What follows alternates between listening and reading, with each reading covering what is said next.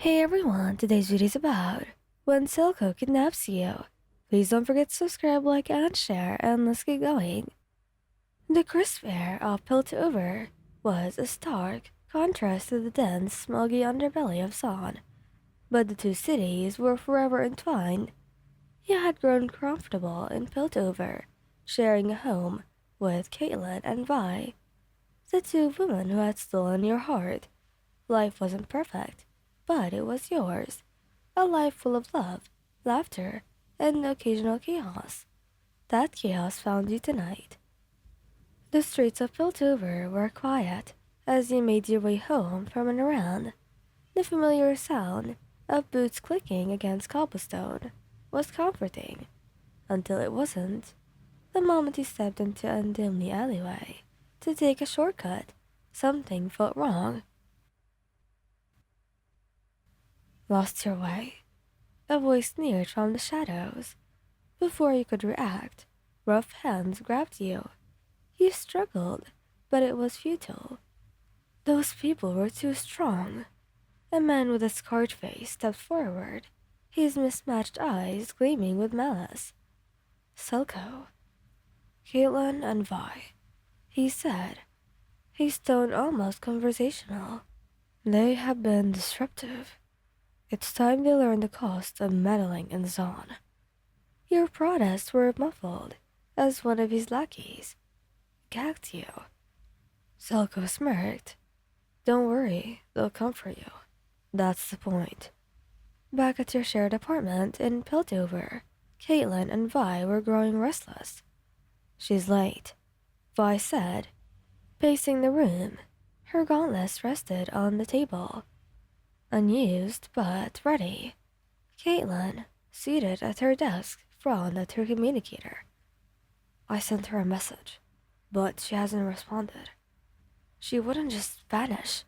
Vi's voice was stained with frustration, but also worry. Something must be wrong. As if on cue, a knock at the door interrupted their thoughts. Caitlin opened it to reveal a courier, a scrawny boy who handed her a folded note, bolting into the night. What's it say? Vi demanded, hovering over Caitlin's shoulder. Caitlin read out loud, her voice steady but cold. Your meddling has gone too far. Come to Zaun if you want her back. Alone. Silco, Vi growled, grabbing her gauntlets. That bastard. Caitlin nodded, her jaw tight. We're not going alone. We're going together. The journey into Zaun was tense. The contrast between Piltover's clean streets and Zaun's polluted alleys were jarring, even for Vi, who had grown up there. Caitlin scanned the area with her rifle as they moved, her sharp eyes catching every detail. We have to be smart about this. If we rush in, we risk her getting hurt. Vi clenched her fists. If he's touched her, he won't. Caitlin said firmly, we won't let him. Their informant had pointed them towards an abandoned warehouse near the docks. As they approached, they could hear faint voices inside. Inside the warehouse, you were tied to a chair, Silco leaning over you. They'll come, he said, his tone smug. They always do. The sound of a door crashing open startled both of you. Silco straightened, his smile widening as Vi stormed in, Caitlin close behind. Get away from her, Vi shouted, her gauntlets crackling with energy. Vi, Caitlin. Silco greeted, his voice calm. So predictable. Caitlin raised her rifle, her aim steady. Let her go, or this ends badly for you. Silco raised a hand, signaling his guards to attack. Chaos erupted as Vi charged forward, her gauntlet smashing into the first wave of guards. Caitlin's precise shots took down others, her movements calculated and efficient. Vi, Caitlin, you called. your voice hoarse. Caitlin's gaze snapped to you. Hold on, she shouted, rushing towards you while Vi continued to fight. Silco stepped in her path, a dagger in his hand. Sheriff, he sneered, always playing hero. She didn't hesitate, using the butt of her rifle to knock down the dagger in his hand, before slamming him against the wall. You should have stayed in Zaun, she hissed, her voice icy.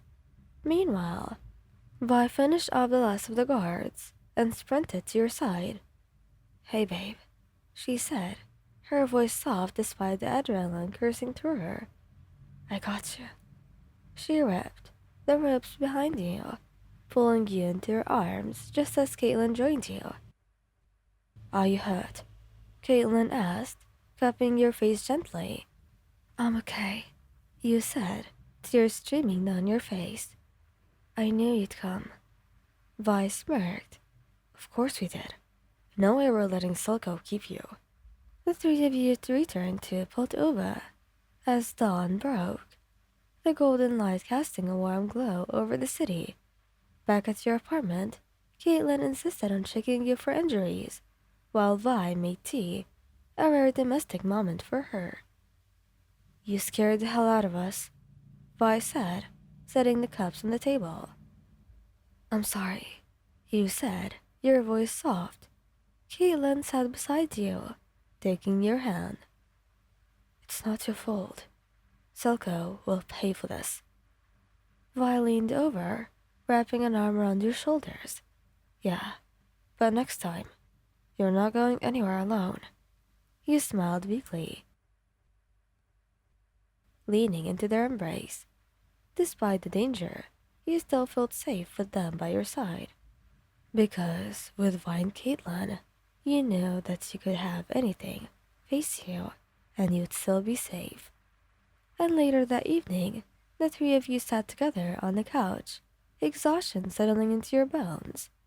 Vi had her arm draped over your shoulders, while Caitlin rested her head against your other side. I don't think I've ever been so scared, Caitlin admitted softly. Vi chuckled. Scared. I was ready to tear Zaun apart. You smiled, squeezing both her hands. I knew you'd come. You always do.